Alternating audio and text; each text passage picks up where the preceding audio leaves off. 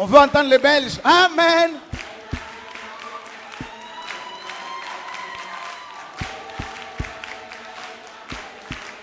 Amen.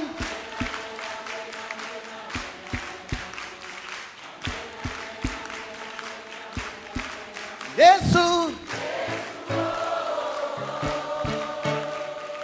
Jésus. Oh, oh. Jésus.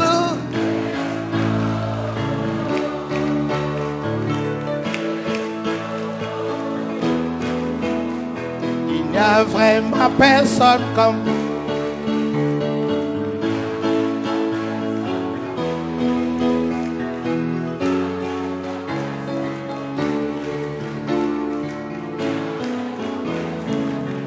Gloire à Dieu, gloire à Dieu, amen. Vous pouvez prendre place. Waouh. Magnifique. Quelqu'un a-t-il une question à poser? Il y a toujours une personne qui ouvre la voie. Au début, on est un peu timide. Je suis sûr que vous avez beaucoup de questions. Oui, frère.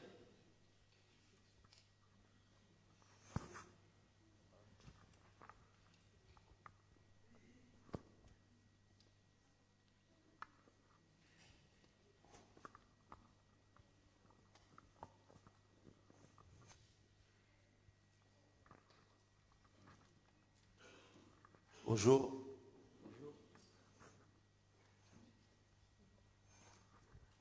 Alors, ma question concerne la Bible. Je vais lire dans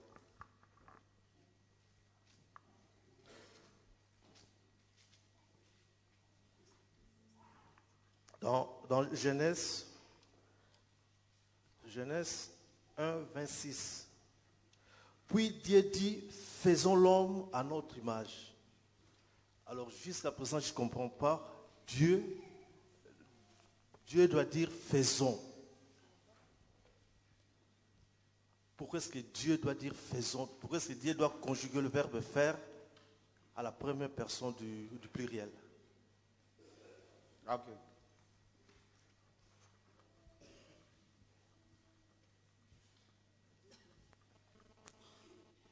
La Bible nous parle de combien de dieux?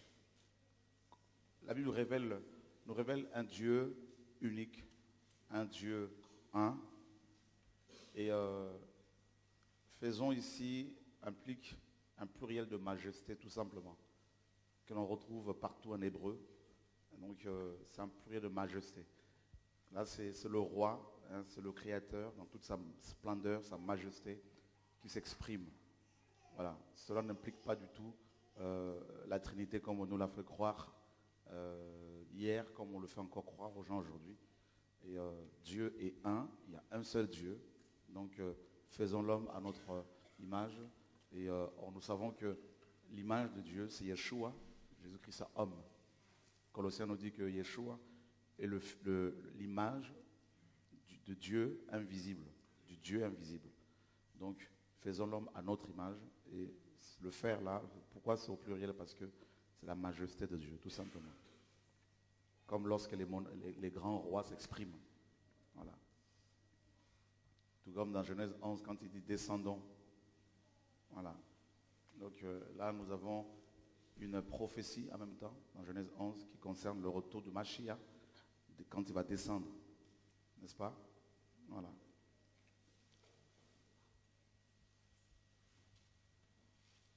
Ouais.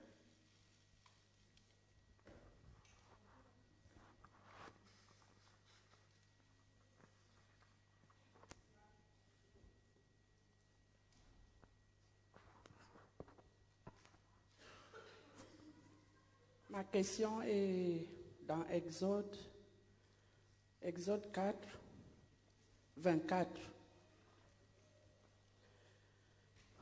Pendant le voyage, en un lieu où Moïse passa la nuit, l'Éternel l'attaqua et voulut le faire mourir. Voilà ma question.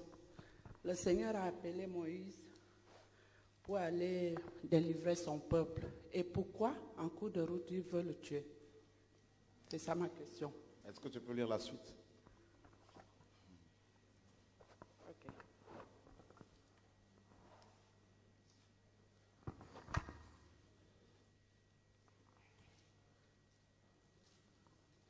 Séphora prit une pierre aiguë, coupa le prépuce de son fils et le jeta aux pieds de Moïse en disant, « Tu es pour moi un époux de sang. » À ton avis, pourquoi Dieu a-t-il voulu tuer Moïse?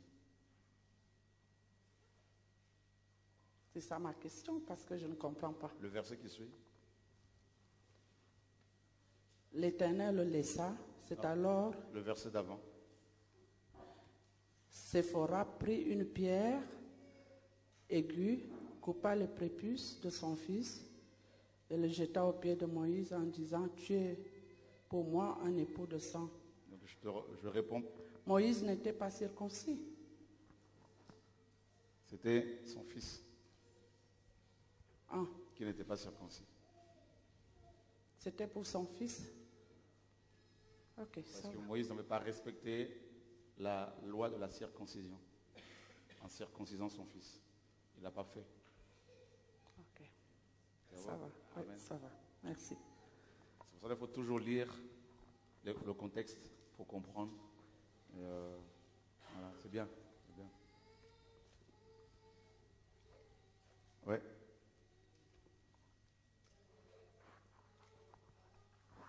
Bonjour.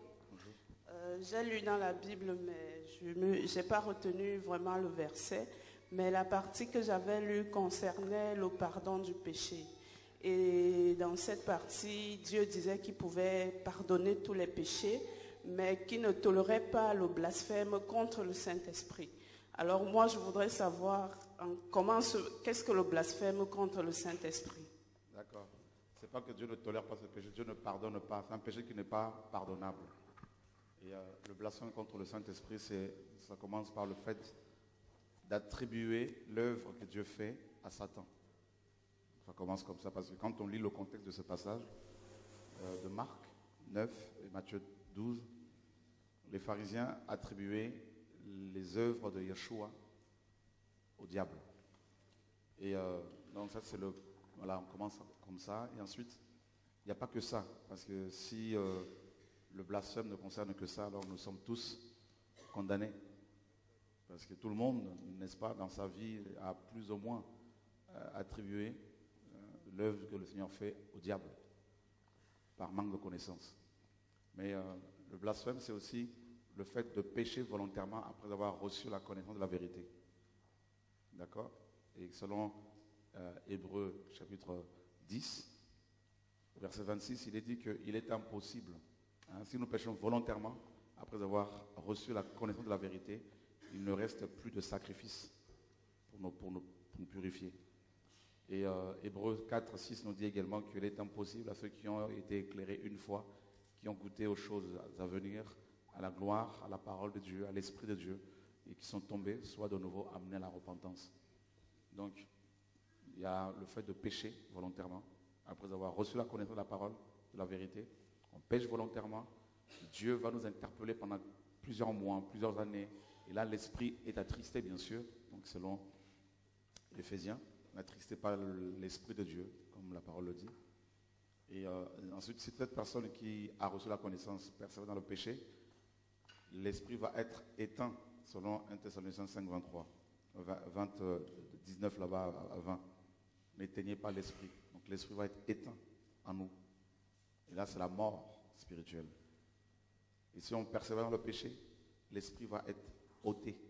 Selon Apocalypse 2, le Seigneur dit à l'église d'Éphèse, si tu ne te répands pas, j'ôterai ton chandelier de sa place. Et donc, une fois que l'esprit est enlevé, là, il n'y a plus rien à faire. Et ben, c'est le jugement dont il est question, le jugement de 2 Thessaloniciens 2 qui tombe sur nous, qui s'abat sur la personne. Ce jugement dit que, en fait, cette parole dit que l'esprit d'égarement vient habiter la personne. Et là, ben, il n'y a plus rien à faire. Et là, la personne a blasphémé parce qu'elle connaissait la parole, elle a même prêché cette parole de vérité, elle a renoncé à cette parole de vérité, elle est repartie dans les choses qu'elle a, n'est-ce pas, dénoncées, tout ça, vomi. Et comme la parole le dit également dans 2 Pierre, le chien est retourné à son vomi. Et là, ben, il n'y a plus rien à faire. Et d'ailleurs, pour votre information, la plupart de vos pasteurs ont blasphémé contre l'Esprit de Dieu. Voilà. Parce que beaucoup ont commencé en prêchant la sanctification, mais au fur et à mesure que leur ministère, leur service prenait de l'ampleur, ils ont commencé à s'attacher plus à l'argent, plus aux bâtiments, plus aux hommes. Ils ont commencé à minimiser le péché, à ne plus parler de la sanctification, à ne plus préparer les gens pour l'au-delà. Ils les préparent plutôt à rester sur la terre. Et puis bon, ils se connectent avec d'autres faux pasteurs ici et là. Ils sont dans des fédérations. Ils ont blasphémé comme les pharisiens. Ils ont la vérité, ils connaissent la vérité, mais ils ne veulent plus vous la partager. Voilà. Parce qu'ils ont peur que vous quittiez leur bâtiment. Et beaucoup ont blasphémé, tout simplement. Il n'y a plus rien à faire pour eux. C'est pour cela qu'ils ne font que s'empirer. Hein. Voilà. Oui.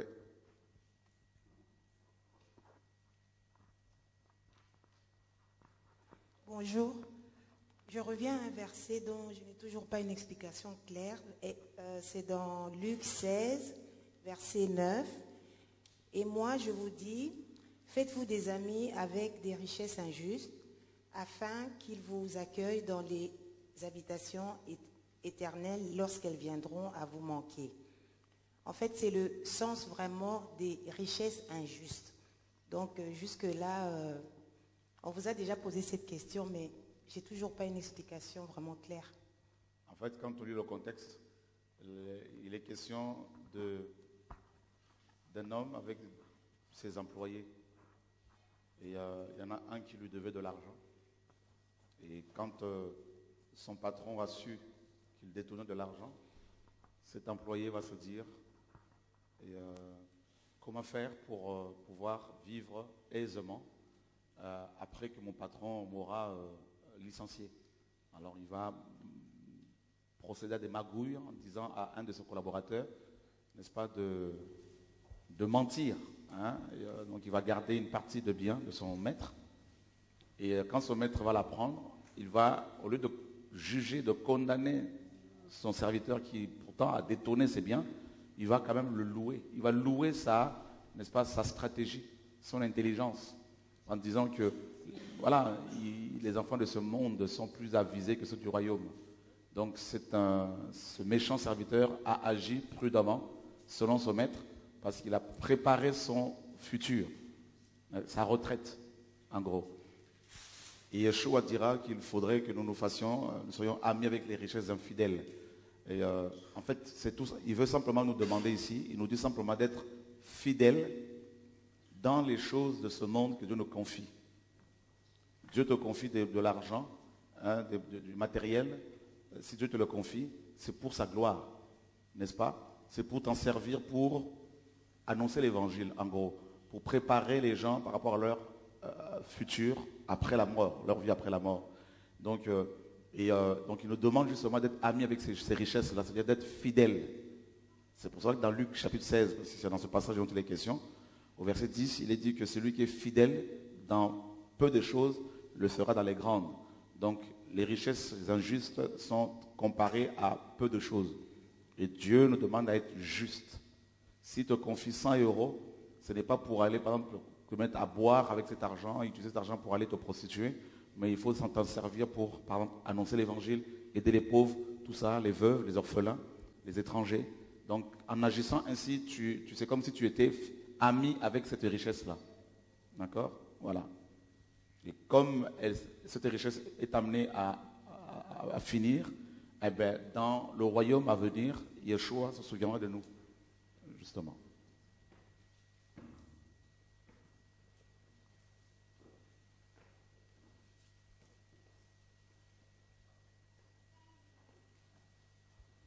Ouais, et une main levée ici.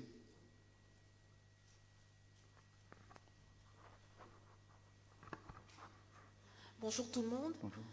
J'aimerais savoir, lorsque dans l'esprit on entend le Seigneur nous parler, et lorsque le Seigneur est en train de nous parler, on a la bouche ouverte, et on est en train de manger, en fait, de manger ce que le Seigneur est en train de nous dire, et on s'entend dire après, je suis un enfant de la parole, désormais je parle comme Dieu. Est-ce que c'est ce qu'on appelle en fait, Je ne comprends pas. Tu as fait un songe? Non, c'était pas un songe, c'était dans l'esprit. le Seigneur parlait. Il te parlait à toi. Me parlait à Tu moi. étais seul avec lui? Oui. D'accord. Je ne l'ai pas vu, mais je l'entendais, mais je sais que c'était le Seigneur. J'avais l'impression qu'il m'enseignait la Bible, parce que je me rappelle du livre de Genèse, Jean 15, et quand il me parlait, j'avais la bouche ouverte et je mangeais ses paroles. Et quand il a fini de parler, j'ai dit, je suis un enfant de la parole, désormais je parle comme Dieu. C'est vrai que quand je me suis réveillée, j'ai refusé, je me suis dit, moi, parler comme Dieu, ça veut dire quoi? Et un jour, en méditant la parole de Dieu, je suis tombée sur le livre d'Ézéchiel, où les rouleaux, je ne savais pas... C'est pas ce que tu as reçu, c'est pas un petit scripturaire, hein, Dieu peut parler comme ça. Mais pourquoi on mangeait les paroles? Je comprends C'est pas. biblique. Jérémie dit dans Jérémie 15, j'ai rassemblé tes paroles et je les ai dévorées. Donc, ouais, on mange la parole de Dieu. D'accord. On n'a pas de problème à ça. Ouais.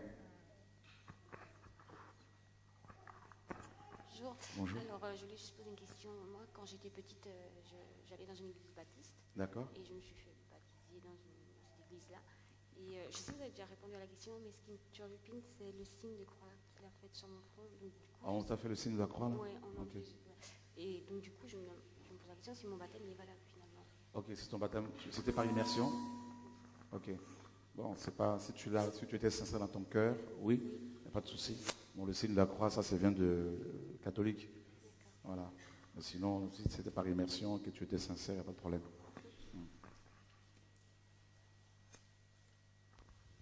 Tu peux te déplacer pour prendre le micro, il n'y a pas de souci. Voilà. Bonjour. Bonjour. Un jour, j'étais ici, vous avez touché Genèse 6, mais vous n'étiez pas vraiment précis. Vous avez parlé de autre chose. C'était quoi? Et c'était les fils de Dieu vinrent que les fils des hommes étaient belles et ils les prirent pour femmes parmi toutes celles qu'ils choisissent.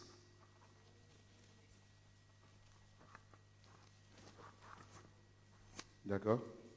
Alors l'Éternel dit, mon esprit ne sera pas toujours dans l'homme, car l'homme n'est que chair, et ses jours seront de 120 ans. Les géants étaient sur la terre en ces temps-là, après que les fils de Dieu vinrent venir vers les filles des hommes, et qu'elles leur eurent donné des enfants. Ce sont des héros qui furent famés dans l'Antiquité. L'Éternel dit que la méchanceté des hommes était grande sur la terre et que toutes les pensées de leur cœur étaient chaque jour iniquité vers le mal. C'était quoi la question? Ma question c'est que on est en train de nous parler que les fils des hommes, non, les fils de Dieu sont venus faire les fils des hommes. Ici, on sous-entend que ce sont des anges déchus qui sont venus vers les fils des hommes. Bon, on nous dit que les anges sont asexués. Comment est-ce que les anges puissent venir vers les filles des hommes? C'était ça ma question. D'accord. Et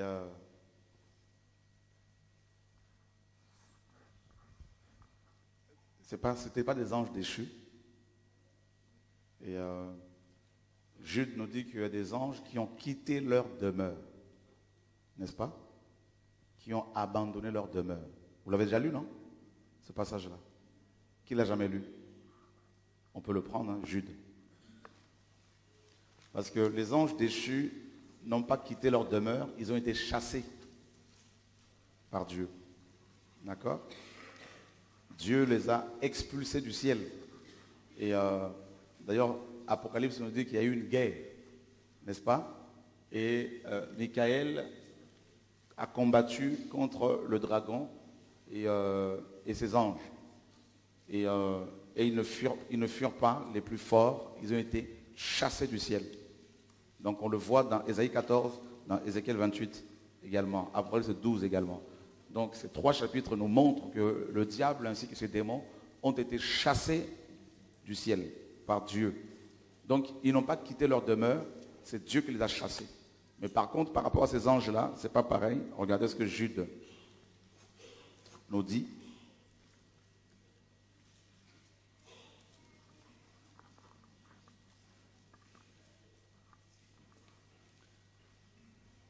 nous sommes dans Jude 5. Je veux vous rappeler, à vous qui savez fort bien toutes ces choses, que le Seigneur, après avoir sauvé le peuple et l'avoir tiré du pays d'Égypte, fit ensuite périr les incrédules qu'il a réservés pour le jugement du grand jour, enchaînés éternellement par les ténèbres, les anges qui n'ont pas gardé leur dignité, mais qui ont abandonné leur propre demeure. Vous voyez? Ils ont abandonné leur propre demeure, nous dit la parole. Donc, ça correspond à ces anges-là, les fils de Dieu, qui, n'est-ce pas, donc, qui n'ont rien à voir avec les démons. Ils sont certainement devenus des démons après, il n'y a pas de souci, mais on voit que on dit que des fils de Dieu virent parmi les filles des hommes. Donc on fait bien la distinction entre les fils de Dieu d'un côté et les filles des hommes de l'autre. Alors il y en a qui vont dire non, en fait ces fils de Dieu, ce sont les descendants de Seth, le fils d'Adam. Non, c'est pas ce qui est écrit. Hein? Donc c'est une supputation, c'est une supposition. Et là on fait bien la distinction entre les fils de Dieu d'un côté et les filles des hommes. Voilà. Et les anges, dans les Écritures, sont aussi appelés les fils de Dieu. Job nous dit également que quand le Seigneur a créé le monde, les fils de Dieu étaient dans la joie. Hein, ses fils, donc les anges. Ce sont des êtres angéliques. Et on voit également que la conséquence de leur union, n'est-ce pas, ou les résultats de leur union, ça a donné naissance aux fameux héros, hein, ces hommes géants. Et c'est justement à cause de ça que Dieu va détruire toute la terre pour la purifier. Donc on voit bien qu'il y a eu un mélange, hein, de quelque chose là. Et Dieu, en fait, le diable est tellement rusé qu'il a voulu aussi souiller la lignée du Mashiach. Il a voulu mélanger la lignée du Mashiach pour empêcher le Mashiach de venir. Parce que dans Genèse 3, Dieu avait prophétisé que le Messie allait venir, n'est-ce pas? Par la postérité, il allait sortir de la femme. Et Satan a voulu mélanger un peu les choses. Donc il est question ici des anges qui ont quitté leur demeure. Maintenant, le Seigneur dit qu'à la résurrection, nous serons comme des anges. Nous n'allons pas prendre des femmes. D'accord? Et voilà, donc on n'a pas dit qu'ils étaient asexués. Le Seigneur a dit qu'on sera comme des anges, on ne va pas prendre de femmes. Donc il faut pas, on ne rajoute pas, on n'enlève pas. Moi j'aime bien rester biblique. N'est-ce pas? Maintenant, ces anges qui sont devenus autre chose que ce que Dieu l'a... ils sont devenus autre chose, hein, parce que quand on pêche, on change de nature. Et donc s'ils sont devenus des démons, ce n'est pas étonnant. Les démons ont des rapports avec des hommes. Hein. Les maris de nuit, que les gens, les attaques de mari, femmes de nuit, les succubes et les incubes. Voilà, donc ça c'est pas un problème. Amen. Ils ont cette puissance-là pour se matérialiser. Ça, c'est pas un problème. Voilà. Le micro, tu l'as? Ouais.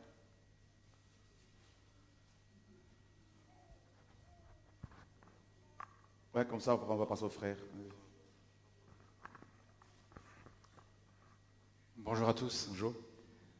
Je voudrais peut-être prolonger dans la dernière question, parce qu'il y a quelque chose quand même qui est intriguant. Nous savons que Adam est fils de Dieu, mais il est clairement dit dans la Bible que Caïn est le fils du malin. Donc si Adam est fils de Dieu et que Caïn est fils du malin, obligatoirement Caïn ne peut pas être le fils d'Adam. Par contre... c'est ce que tu as compris? Non, je suis persuadé. D'accord. C'est parce que c'est ce que la Bible dit. Hein. Ouais, on n'a pas dit qu'il n'était pas fils d'Adam, mais fils du malin. Oui, donc... il y a une explication. Caïn est fils de malin et il a une postérité, la postérité de Caïn, et donc de la lignée, je vais dire mauvaise, la lignée qui n'est pas la lignée de Dieu. Donc il a eu des fils et des filles, effectivement. D'autre part, nous savons que Abel, fils d'Adam, juste, qui a eu la révélation du sang, a été tué par son frère, mais que Dieu a suscité une autre postérité à Adam, qui est Seth, Seth qui a eu aussi une postérité, des fils et des filles, qui sont eux, fils d'Adam, fils de Dieu. Donc qui est la lignée juste. Je peux te... c'est bien de ce partage. Si Caïn n'est pas le fils d'Adam, de qui était-il fils? C'est la bonne question. C'est la bonne question. Qu'est-ce qui s'est passé en Éden? Ok. Alors, Branham est un prophète américain qui a, à mon avis, a bien commencé et sur la fin de sa vie, malheureusement, a dévié de la vérité et disait justement que Caïn, que Ève avait eu des relations sexuelles intimes avec le serpent. Et de cette relation, selon lui, Caïn serait issu. Donc maintenant, le fait que les Écritures nous disent, notamment dans 1 Jean 3,12, le fait que Jean nous dise que Caïn était du malin, ne pose aucun problème dans la mesure où il y a plusieurs autres personnes dans les Écritures qui ont été traitées de fils de Satan. Par exemple, il y a l'expression Bélial qu'on retrouve en hébreu et qui signifie littéralement fils de. On voit par exemple les fils de Samuel qui sont... Jésus lui-même s'est adressé aux pharisiens en leur disant vous avez pour père. Voilà, donc on voit d'abord, je vais d'abord aller un peu dans le Tanakh, et où il est question justement des fils de Samuel qui sont traités de fils de Bélial. Or on sait que Bélial est aussi un autre nom de Satan. Et littéralement ils ont été traités de fils de Bélial. Pourtant on nous parle qu'ils étaient fils, n'est-ce pas, biologiques d'Élie, le sacrificateur. Et on voit Yeshua également dans Jean 8, 44 qui dit aux pharisiens, vous avez pour père le diable. Et donc, il y a eu deux semences, enfin deux, comme avec Rebecca. Rebecca était enceinte de deux nations. On voit Ésaü d'un côté et on voit Jacob de l'autre. Pourtant, les deux enfants étaient bel et bien issus de la semence de Jacob, n'est-ce pas, d'Isaac, mais pourtant, il y en a un qui était de l'autre côté. Donc, et je crois que la doctrine de Branham, selon laquelle Caïn serait issu d'une relation sexuelle entre Ève et le serpent, est très très dangereuse, parce que en fait, il est allé au-delà des Écritures. Et c'est là justement le danger. Et là, on rentre dans la sélection de Dieu, dans la préscience. Certes, Dieu ne va pas, parce qu'il est à amour, il ne va pas, n'est-ce pas, prédestiner certaines personnes à la damnation et d'autres à la vie éternelle, mais dans sa préscience, Dieu sait d'avance qui sont ceux et celles qui vont accepter le plan du salut et qui sont ceux et celles qui ne vont pas l'accepter. Et une fois, je méditais la parole justement par rapport à cette semence du serpent, selon Branham, notamment ce passage Genèse 4. Et le Seigneur m'a interpellé sur quelque chose qui m'a frappé dans Genèse 4, 1. On nous dit que quand Ève va tomber enceinte, elle va déclarer une parole qui, à mon avis, a aussi permis à Satan de récupérer son enfant. Et je crois qu'elle n'a pas veillé. Ève, quand elle est tombée enceinte, elle a dit « j'ai acquis un homme ». Donc elle s'est mise en exergue, elle s'est mise en avant. J'ai acquis, j'ai formé un homme. Elle a quand même rajouté par l'Éternel, par Yahweh. Mais c'était elle qui était en avant. Et une pensée pendant que je méditais m'est venue. C'est justement à cause de cet acte-là, certainement, que Satan a profité pour prendre son premier-né. Et quand elle va perdre Abel et qu'elle va de nouveau tomber enceinte, notamment de Seth, cette fois-ci, Ève a appris la leçon. Elle dira, n'est-ce pas, elle va d'abord louer Dieu. Elle va d'abord mettre Dieu en avant. Et donc, c'est la pensée qui m'est venue quand je méditais. Et c'est vrai que Jean-Baptiste dira également aux pharisiens dans Matthieu 3, 11, il dira, vous êtes la race des vipères. Et Pierre nous dit qu'il y a des gens qui sont nés pour être pris et détruits. Donc nous comprenons qu'il y a des gens qui naissent dans ce bas monde. Quoi que l'on fasse, quoi que l'on leur dise, ils ne se convertiront jamais. Ils ne changeront jamais. Ils peuvent être chrétiens, entre guillemets, dans nos assemblées. Ils ne saisiront jamais la pensée de Dieu. Parce que tout simplement, eux-mêmes se sont destinés à cette vie par rapport à leur cœur. Et de ce fait, ils sont appelés fils ou filles de Satan ou du serpent. En tout cas, il faut beaucoup d'humilité quand on entend la parole de Dieu. Et je pense qu'il s'est passé quelque chose de fondamental dans le jardin d'Éden, le péché originel. Et bon, ça doit être une révélation. Je crois que, justement, en parlant de la révélation, il y a 3 choses qu'il faut savoir concernant les Écritures quand on veut les approcher. Et ce qu'on appelle les révélations, Apocalypse, c'est l'ensemble des Écritures, de Genèse effectivement à Apocalypse. C'est ça la révélation. Et il n'y a pas d'autre révélation. Et la deuxième chose quant aux Écritures, il y a ce qu'on appelle l'inspiration. Le fait que les Écritures, donc la révélation a été insufflée par l'Esprit de Dieu. La révélation, elle est infaillible. Donc c'est la parole. De Genèse, les Écritures révélées. Et voilà pourquoi le psalmiste disait, les révélations de ta parole est claire. Et elle donne de l'intelligence aux simples. Donc la parole de Dieu est la révélation. Ensuite, il y a l'inspiration. Et troisièmement, il y a l'inspiration, l'illumination, photizo, en grec notamment. Comme Paul disait dans Ephésiens 1,18, je prie que Dieu illumine les yeux de votre cœur, afin que vous compreniez la révélation. Il disait dans Ephésiens 3, si vous pouvez vous représenter l'intelligence que j'ai du mystère de Christ, ce mystère n'a pas été révélé aux autres prophètes des autres temps, comme il a été révélé maintenant. Donc là, apocalypto, c'est l'action de révéler. Donc, l'erreur que beaucoup de pasteurs, beaucoup de prédicateurs, beaucoup de chrétiens font, on a tous fait cette erreur-là, c'est que nous croyons que quand nous prêchons, nous amenons des révélations. Nous croyons que quand nous enseignons, nous apportons des révélations. Et beaucoup de prédicateurs même vont dire, oh là là, j'ai reçu une révélation quand je lisais la Bible. Non, ce n'est pas une révélation. Parce que la parole est déjà révélée. Maintenant, c'est tout simplement des illuminations. Or, la révélation et l'inspiration sont infaillibles. Quand Pierre, Jacques, Paul, Ésaïe, Jérémie ont reçu des révélations concernant les Écritures, ils les ont reçues de manière infaillible.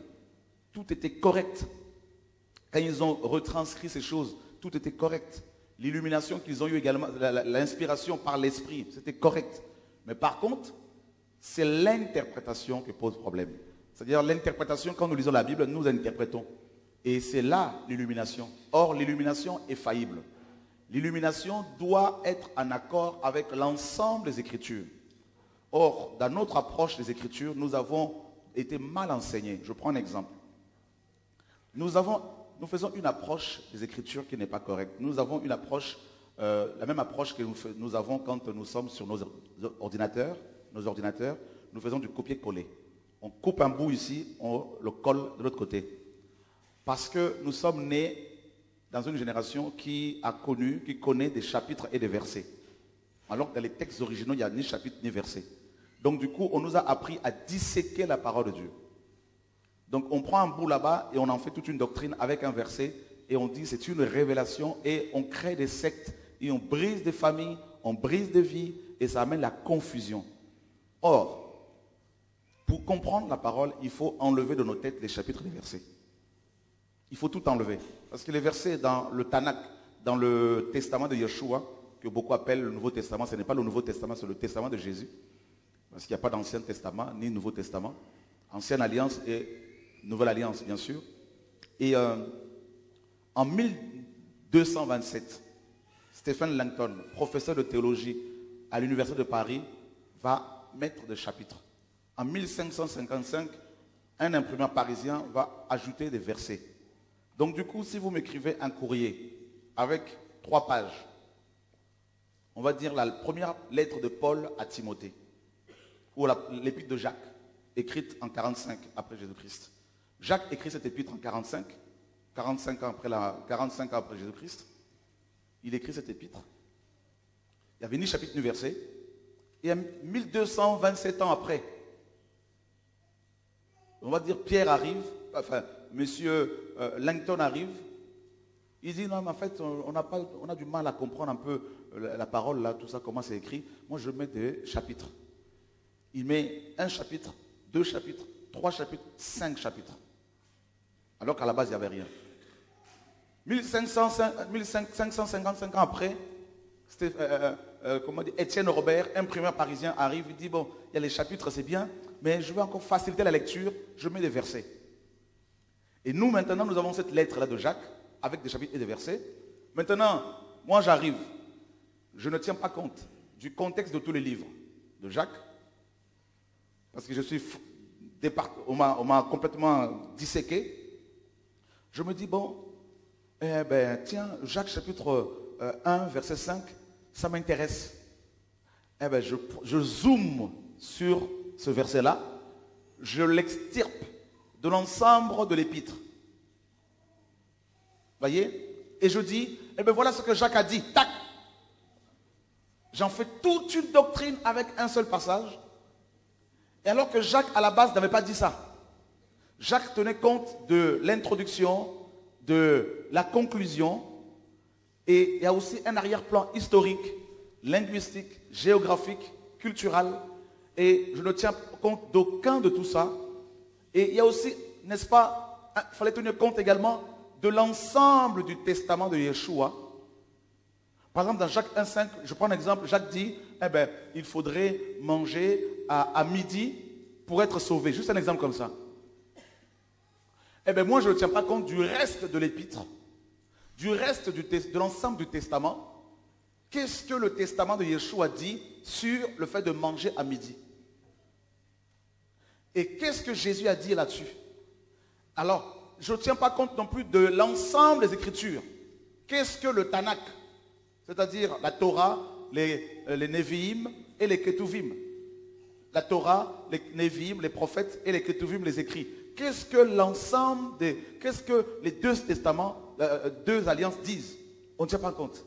Donc du coup, moi maintenant je sors ce passage-là, je crée ma petite secte avec mon charisme et j'entraîne des milliers de gens derrière et ça fait des sectes que nous connaissons aujourd'hui, les ismes que nous connaissons aujourd'hui. Et quand le Seigneur reviendra, on sera sévèrement jugé. Et c'est pour cela que Jacques dit qu'il n'est pas recommandable, qu'il n'est pas conseillé, qu'il y ait des docteurs, littéralement. Quand on dit qu'il y ait beaucoup de gens qui enseignent, en fait, le mot exact, c'est maître, didaskalos. Qu'il ne faut pas que tout le monde soit des maîtres, parce que Yeshua, on l'appelle le maître, littéralement, l'enseignant, le docteur.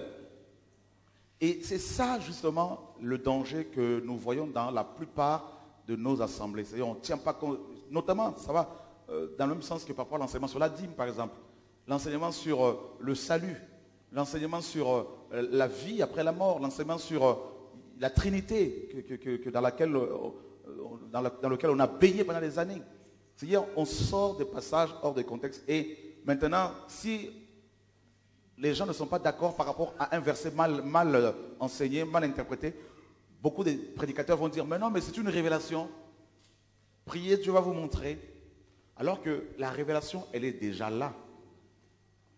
Et la parole nous dit justement que toute l'écriture est inspirée de Dieu. Donc là, c'est l'inspiration. Donc, et c'est en étudiant ces choses-là, en faisant justement la révision de la Bible que nous avons effectuée grâce au Seigneur, Dieu nous a encore enseigné beaucoup de choses.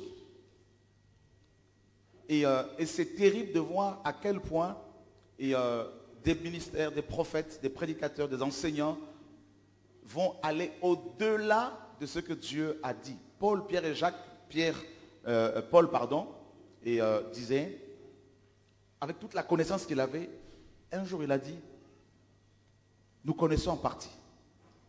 C'est-à-dire, il n'a pas voulu aller au-delà de ce que Dieu lui a révélé. Il dit, nous connaissons en partie, et nous, cette sagesse-là, Dieu nous la donne, et comme Jean a pu dire, quand il paraîtra, nous le verrons tel qu'il est. Donc, il y a beaucoup de choses, effectivement, il y a beaucoup de mystères, et la sagesse veut, pour les enseignants, justement, de dire aux frères et sœurs, les choses qui ne sont pas révélées sont à Dieu. Et les choses révélées sont à nous. Et c'est ce qu'on essaie de partager un peu avec les frères et sœurs. C'est gentil, merci. Je voudrais simplement ajouter, parce que vous avez mentionné le nom de Branham, là, tout à l'heure. Bon, je connais un petit peu. D'accord. Il y a aussi beaucoup de sectes branhamistes. Oui. Énormément. Qui ont déformé les paroles du prophète Branham. Je suis convaincu que Dieu a envoyé un prophète. D'ailleurs, il y a 8 jours, vous avez vous-même dit Un prophète est toujours rejeté. On est d'accord, c'est la Bible. Vous avez dit ça il y a C'est une la semaine. Donc je pense que William Branham est un vrai prophète de Dieu, mais qui a été rejeté. Beaucoup d'hommes ont tordu les Écritures, ont fait des sectes branhamistes à gauche, à droite. Il y a une multiplication. Je reviens de Kinshasa, il y en a là une pléthore. Terrible. Ce que je veux simplement dire, c'est que c'est un vrai prophète. Oh non, mais moi je crois que cet homme-là, Dieu l'a certainement mandaté, parce que justement, entre nous, je bénis Dieu pour le courage que cet homme a eu de défier la chrétienté paganisée. Et au jour d'aujourd'hui, très honnêtement, il y en a très peu de comme ça. Il y en a très peu. Il a été suscité pour parler des choses que beaucoup connaissaient mais n'osaient pas en parler. Et ça, c'est clair. C'est clair. Il a eu un service très puissant. On est d'accord là-dessus. Mais je crois en même temps que l'erreur qu'il a pu commettre, on tire tous des leçons. Hein, parce que nous sommes tous des hommes, nous commettons des erreurs. Et, sauf Yeshua, qui n'en a pas commis. Et je crois qu'à un moment donné, il a commencé peut-être à s'attribuer le passage de Malachie en parlant d'Élie qui allait venir. Et donc, il a eu un appel très puissant. Je le dis haut et fort qu'au jour d'aujourd'hui, des serviteurs comme ça, et il y a des évangélistes qui drainent des foules, qui opèrent des miracles, ok. Mais des hommes comme ça qui se lèvent pour dénoncer Babylone, pour défier le diable comme ça en dénonçant le système religieux, moi au jour d'aujourd'hui, voilà. Il a dénoncé la Trinité. Effectivement. Et beaucoup de choses que tu dénonces. Effectivement. Donc je te respecte en tant que serviteur de Dieu et je dis que Dieu te bénisse. Que Dieu soit béni. Bon courage.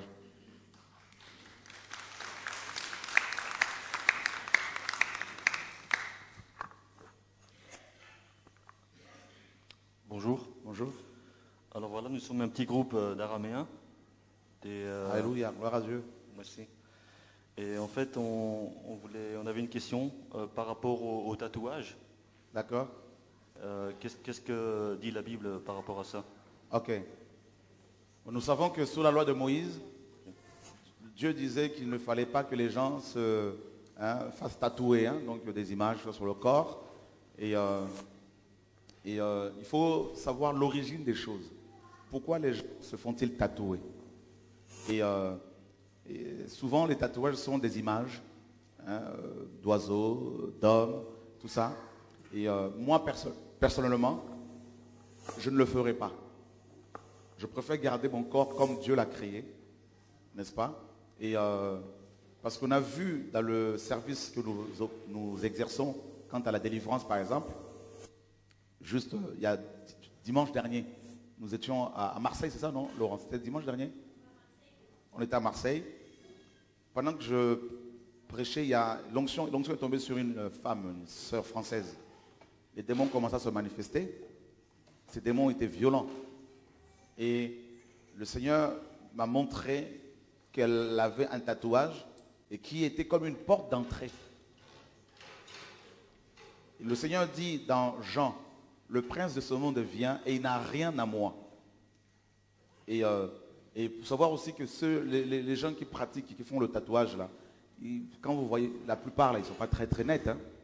Voilà. Donc je pense que ça marche un peu ensemble avec le hard rock, tout ça, avec le rock, je pense qu'il faut vraiment veiller, quoi.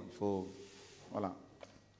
La question à laquelle il faut répondre, Jésus-Christ, s'il était à notre génération là, se ferait-il tatouer? Est-ce qu'on peut imaginer Jésus-Christ, notre Seigneur, aller dans une boutique de tatouage, je ne sais pas comment on appelle ça, pour se faire tatouer? Je ne pense pas. En fait, vous dites que les tatouages exotiques ne sont pas autorisés, mais un tatouage, un écrit, un morceau de la Bible, par exemple. D'accord. Même ça non plus, c'est pas... Si tu as la conviction de t'imprimer un verset biblique sur ta peau, ça, moi, je ne veux pas te condamner par rapport à ça. D'accord? Et il faut que chacun ait cette pleine conviction personnelle. Mais moi, je dirais en même temps que pourquoi se faire tatouer des versets bibliques sur la peau alors que l'Esprit de Dieu imprime la parole de Dieu dans notre esprit? Amen.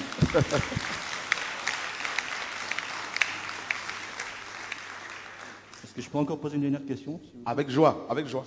On est là pour ça. Juste par rapport au port de la croix. En fait, nous sommes aussi... La croix, des voilà. croyants, oui. Pareil. Et en fait, c'est très religieux. C'est très religieux. Paul dit dans 2 Corinthiens 3, vous êtes manifestement la lettre de Christ, épistolé en grec. C'est-à-dire, vous êtes des messages et non des messagers. Vous êtes des messages de Christ, écrits par notre service. En fait, Dieu imprime sa parole en nous. Je vais encore aller plus loin. La parole, elle était d'abord dans la nature. La parole nous dit que les cieux racontent la gloire de Dieu. Avant que les Écritures ne soient révélées, la parole de Dieu, on pouvait la voir au travers de la nature.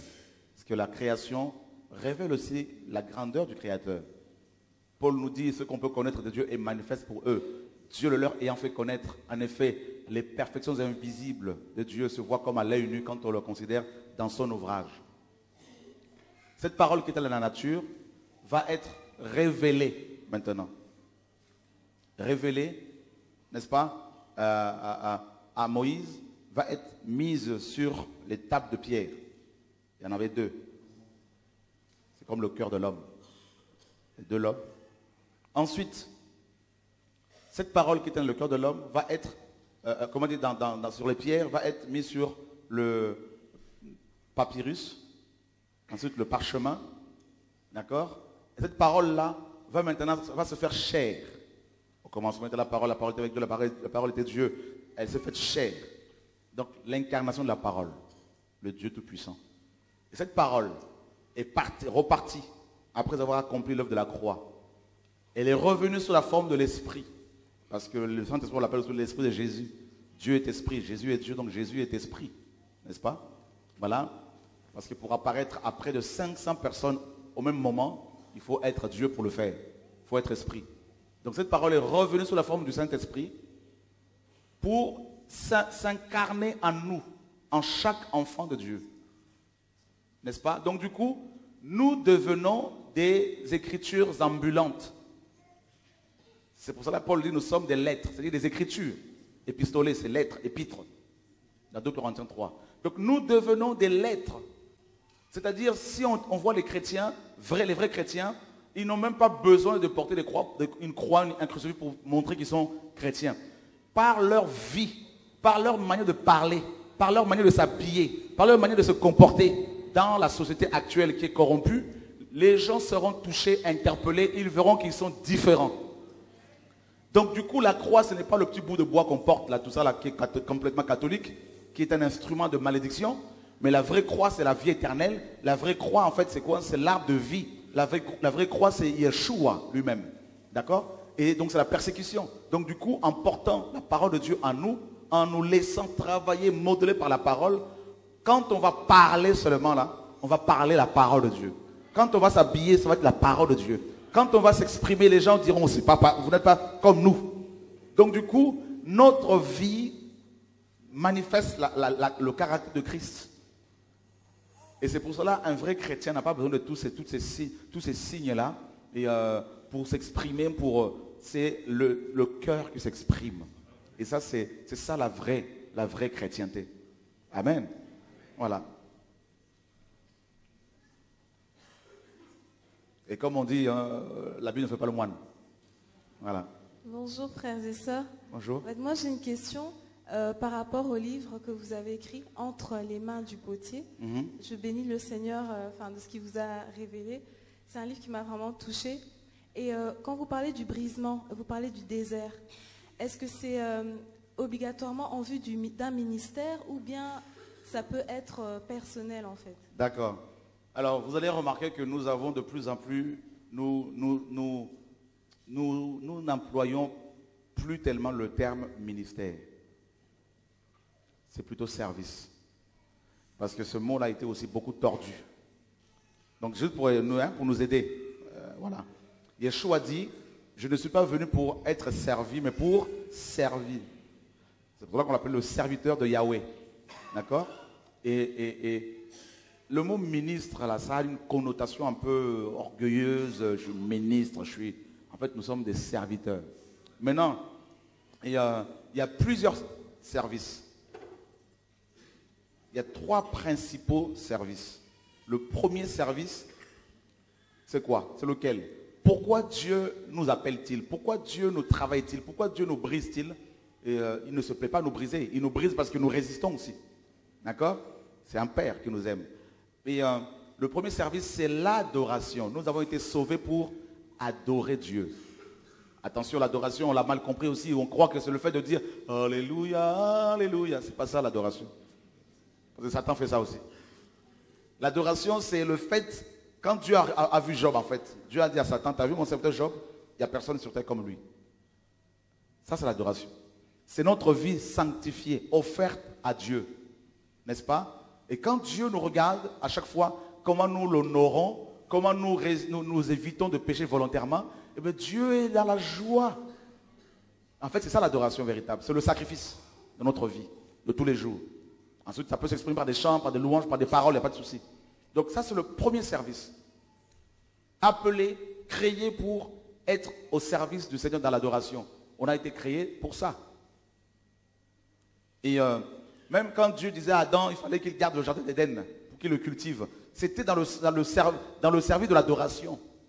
Parce que quand nous obéissons, quand nous servons Dieu, nous l'adorons, tout tourne autour de la louange, de l'adoration. Donc ça, c'est le premier service. Et beaucoup de chrétiens l'oublient. Le deuxième service, c'est la communion fraternelle. Le premier service, c'est la relation avec Dieu. C'est une relation verticale. D'accord? Ça, c'est le socle, c'est le fondement. Le deuxième service, c'est la communion fraternelle, d'où l'importance d'avoir, de partager avec des frères et sœurs, de prier avec des frères et sœurs qui aiment Dieu. Pourquoi? Parce que pendant ce service-là, avec des frères et sœurs, nous exerçons les dons que Dieu nous a donnés, les fruits que Dieu nous a donnés, selon Galates 5. L'amour, on use de l'amour vis-à-vis de ceux qui sont blessés pour les aider, d'accord? Et qui veulent de l'aide. On va prophétiser pour encourager les faibles, pour corriger là où il y a des défauts. Voilà.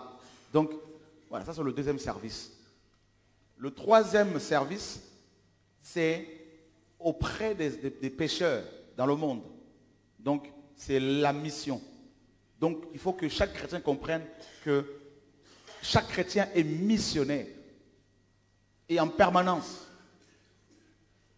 D'accord? Donc, à l'école, au travail, partout où vous êtes, nous devons être des lettres de Christ. Effectivement, et ça va aller? Ok. De l'asthme, tout ça, on va prier pour elle tout à l'heure. Donc, Dieu nous prépare pour ces 3 services-là. Effectivement.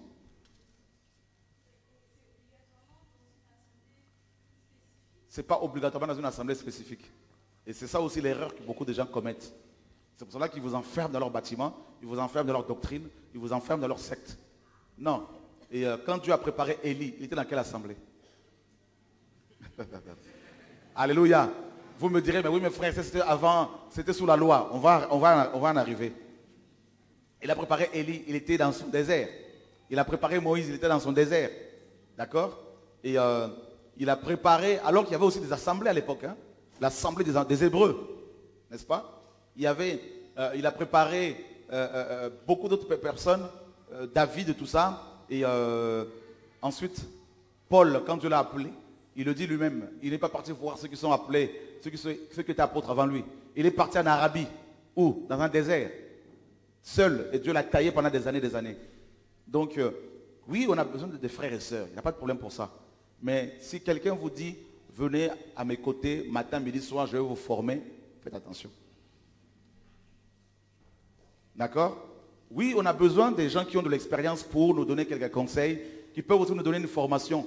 Mais ce ne sont pas nos couvertures spirituelles. D'accord? Voilà. L'eunuque éthiopien, il a reçu juste un enseignement de Philippe. Et Dieu enlève Philippe. Et cet homme est parti et rentré dans son pays avec l'évangile. Et il y a des coptes jusqu'à ce jour. Donc, des chrétiens jusqu'à ce jour. Donc je crois qu'il faut vraiment vous laisser guider par le Seigneur. C'est lui qui vous dira. S'il vous dit d'aller voir un frère, une sœur pour vous aider, faites comme Dieu vous dit.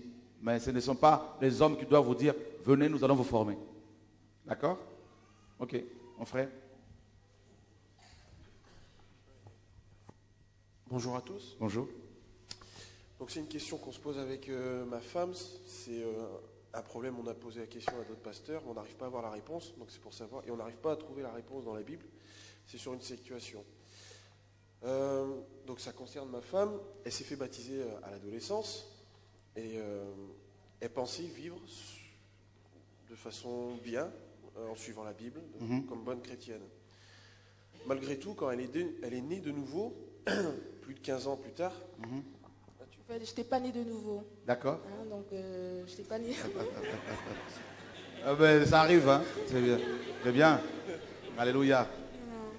Donc, j'ai été baptisée, donc, voilà, mais je n'étais pas née de nouveau. D'accord. J'ai été née de nouveau plus tard. Plus tard, ouais. J'ai Okay. rencontré le Seigneur personnellement plus tard. D'accord. Mais alors, je me dis, est-ce qu'il faut que je me refasse baptiser? Ah, tu t'es fait baptiser avant avant la conversion. Avant, voilà. Eh ben, ton baptême ne vaut rien. C'était juste un bain que tu as pris. Voilà. Donc on peut te baptiser si tu veux. Ouais. Avec joie. D'accord. Amen. Il est dit dans Marc chapitre 16, celui qui croira et qui sera baptisé. Bon, là, il est question du baptême de l'esprit, bien sûr. Mais la foi précède le baptême. D'accord? Et autre expression qu'on a beaucoup utilisée dans le passé, il n'y a pas, même tout récemment, naître de nouveau. C'est pas ce que Jésus-Christ a dit. Naître d'en haut. Hein? Donc c'est tout, voilà. Naître d'en haut. Donc oui, tu peux te faire rebaptiser. Ouais. Moi-même, quand je me suis fait baptiser première, j'étais pas vraiment... Et j'ai reçu un deuxième baptême parce que je me disais, le premier là, il n'était pas vraiment... J'étais chez les baptistes. Ensuite, quand il y a eu le réveil en 86, là, j'ai reçu vraiment un baptême, un vrai baptême parce que j'étais vraiment convaincu de mon péché. Voilà. Aujourd'hui, hein? On peut te baptiser aujourd'hui, il n'y a pas de problème. Gloire à Dieu. On veut entendre les Belges. Amen.